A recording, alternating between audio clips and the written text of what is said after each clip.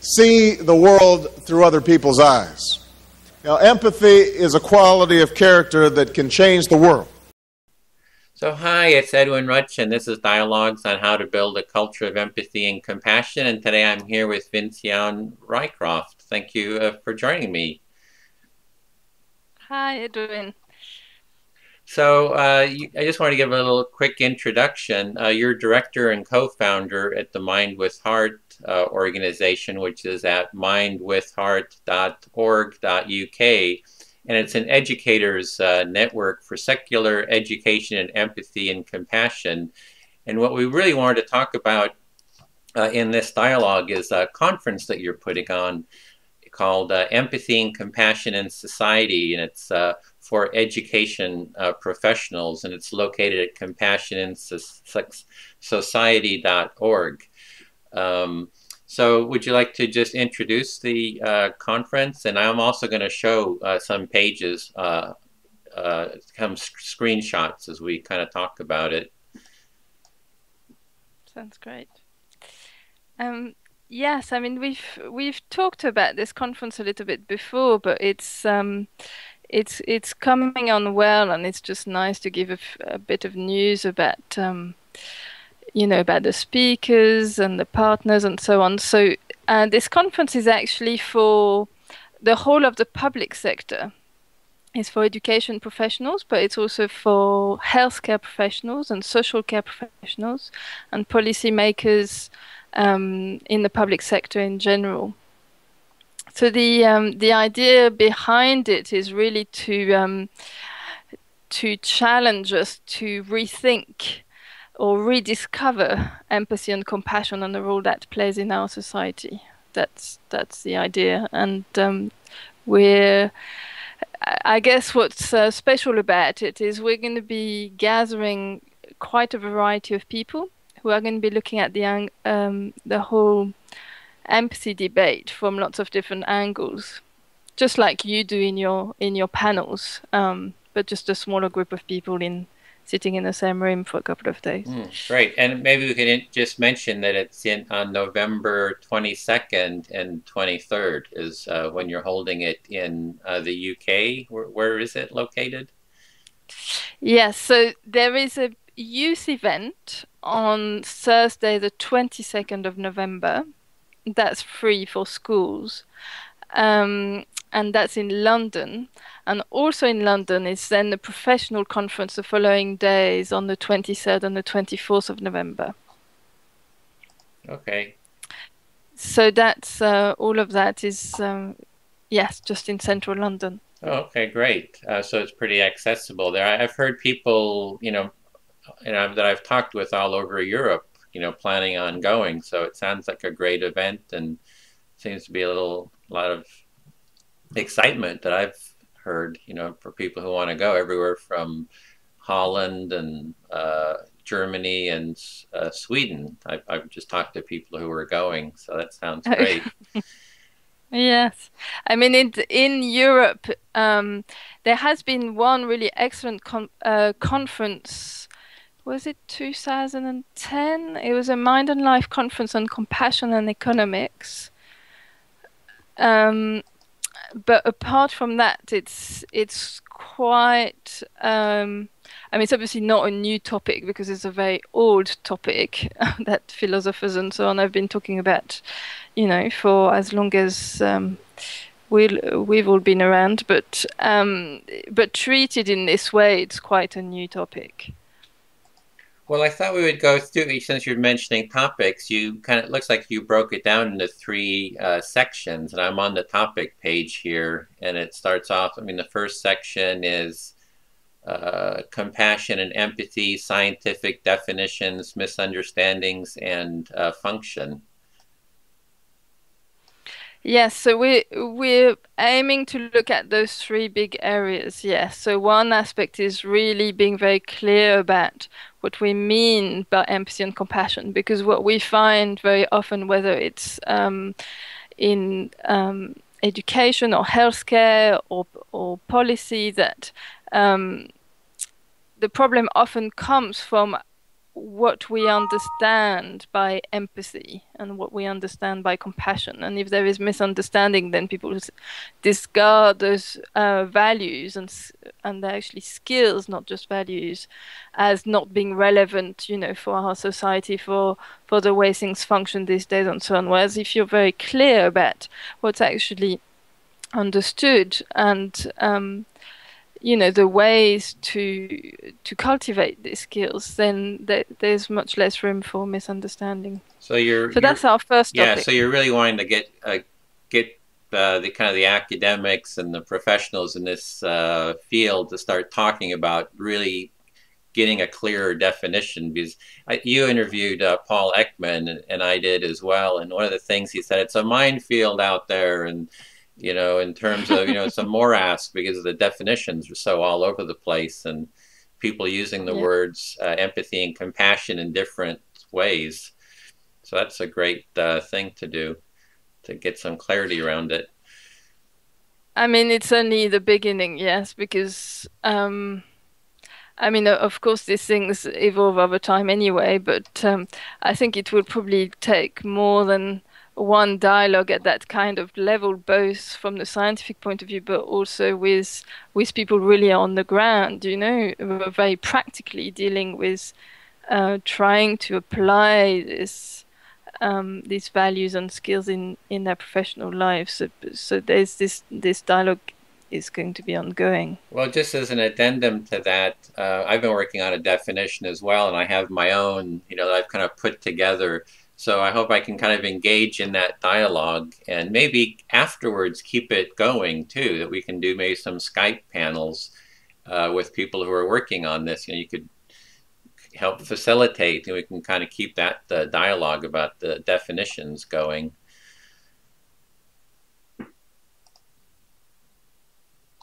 Whoops, your audio. I'm not hearing your audio.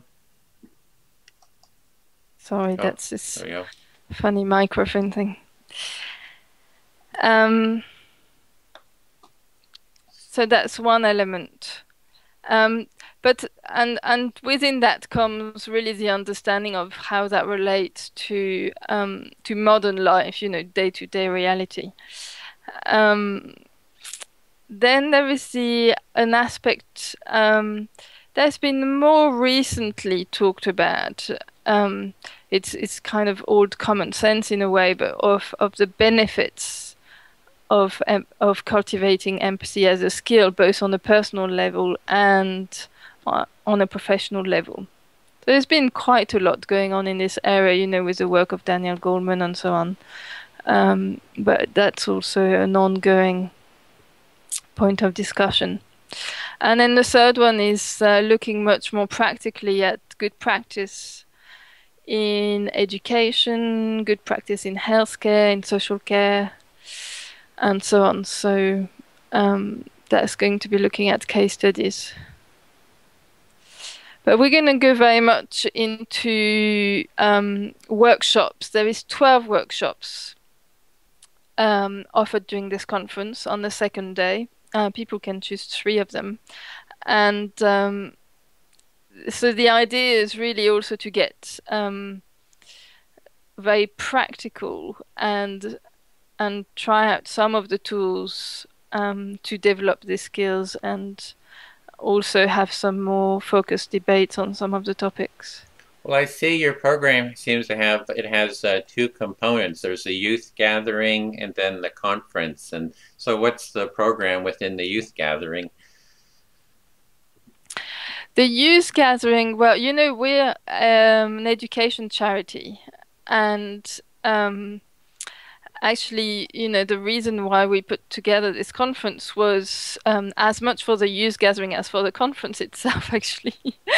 We really wanted to expose young people to all the very exciting ideas that are out there at the moment around science and empathy and, you know, well-being and success and, you know, there is really quite a lot you can discuss with teenagers around these topics, but not just from not in a general way, but bringing in the point of view of neuroscience, bringing in the point of view of politics, of the latest best practice in social work, and so on. So you're wanting to really engage the students in a dialogue around this? Is that the idea? So the students will be able to ask, they'll hear maybe presentations and then be able to engage in a dialogue and things like that? Exactly. But again, challenging them with lots of different points of views. And so making the whole topic of empathy much more tasty and interesting and exciting, because it still has this pretty, let's say, boring connotation of, it's my grandmother's religion, or, it's not actually something I want to hear about right now. Yeah. So it's trying to make it challenging and relevant.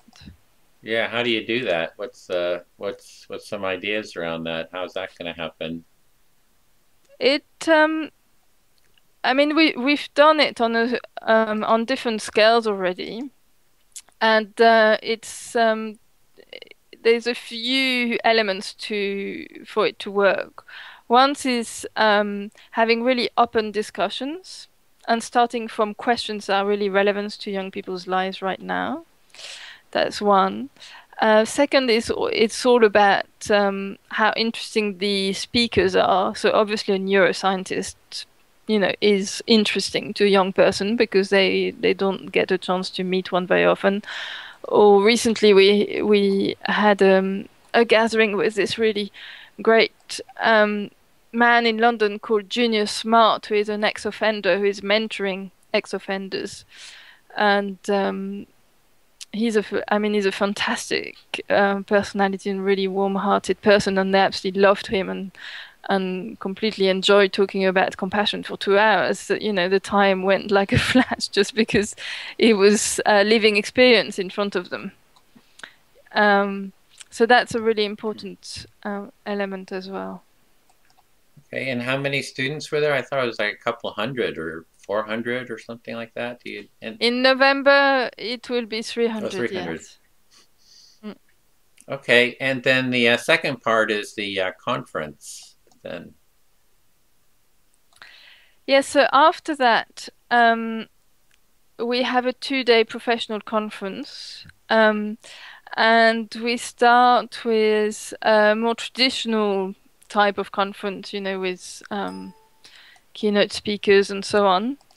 And that's on the Friday. And then on the Saturday, we break into small groups and have a whole range of workshops on policy, health, social care, and education.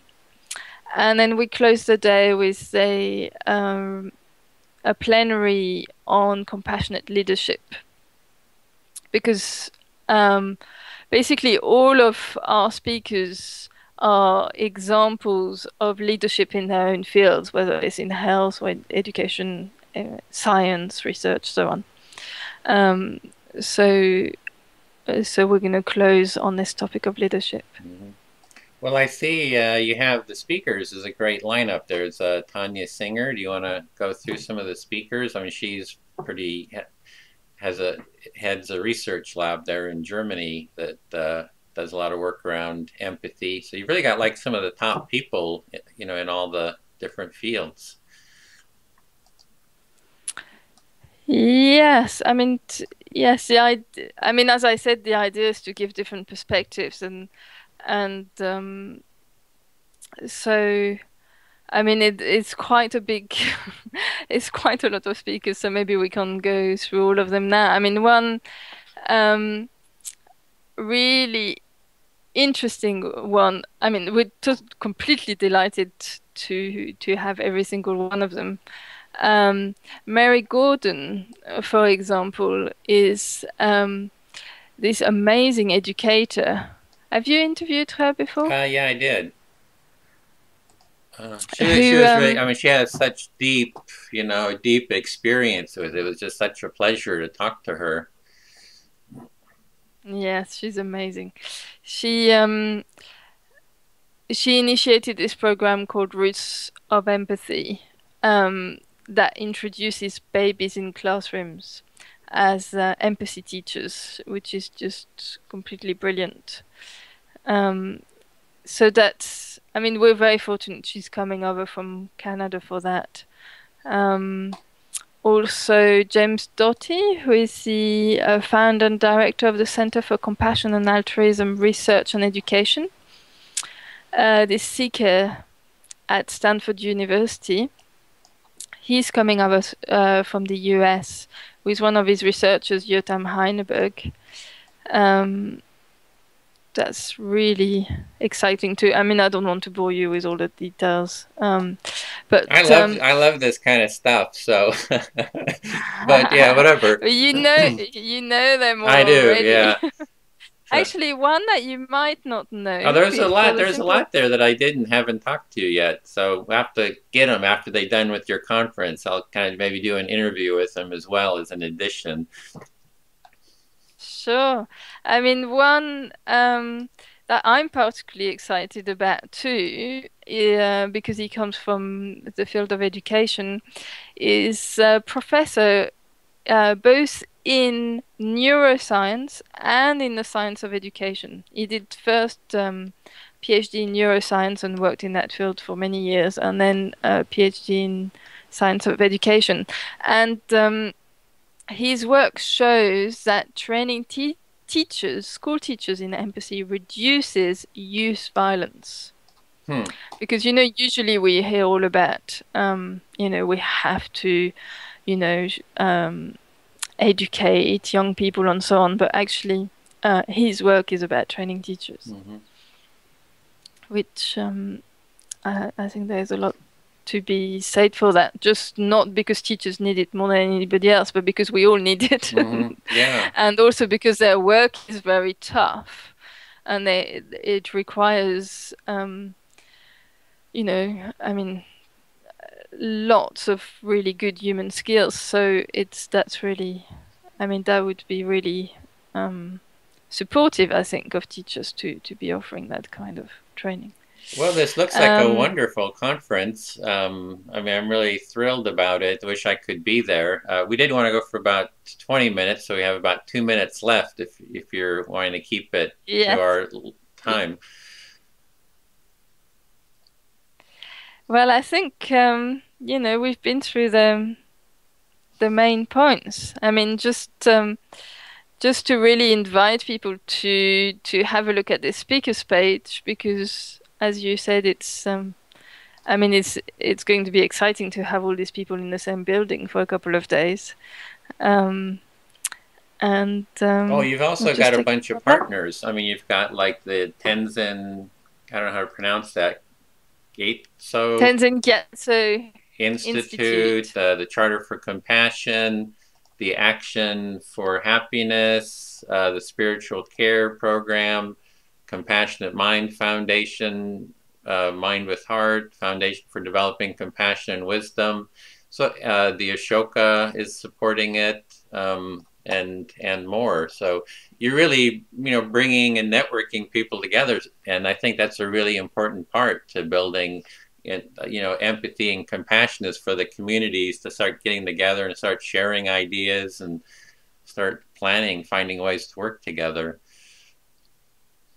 Yes, I mean, it's interesting because we have to find a way of working together that's also up to the skills that we wish to communicate. You know, it's interesting to see. Yeah, model empathy and compassion. Challenge for all of us. Yeah, it's not easy, especially in our most intimate relationships, I find. Yes, I've had a few challenges with my daughter today. So, yes, well, I definitely sympathize with that. Okay, well, on that happy note, we'll end this discussion. We'll pick it up again. We can do some more dialogues and some more interviews and whatnot, too. So thanks for sharing. Thanks for giving us the space to tell you a bit more about this. Thank you. see the world through other people's eyes. Now, empathy is a quality of character that can change the world.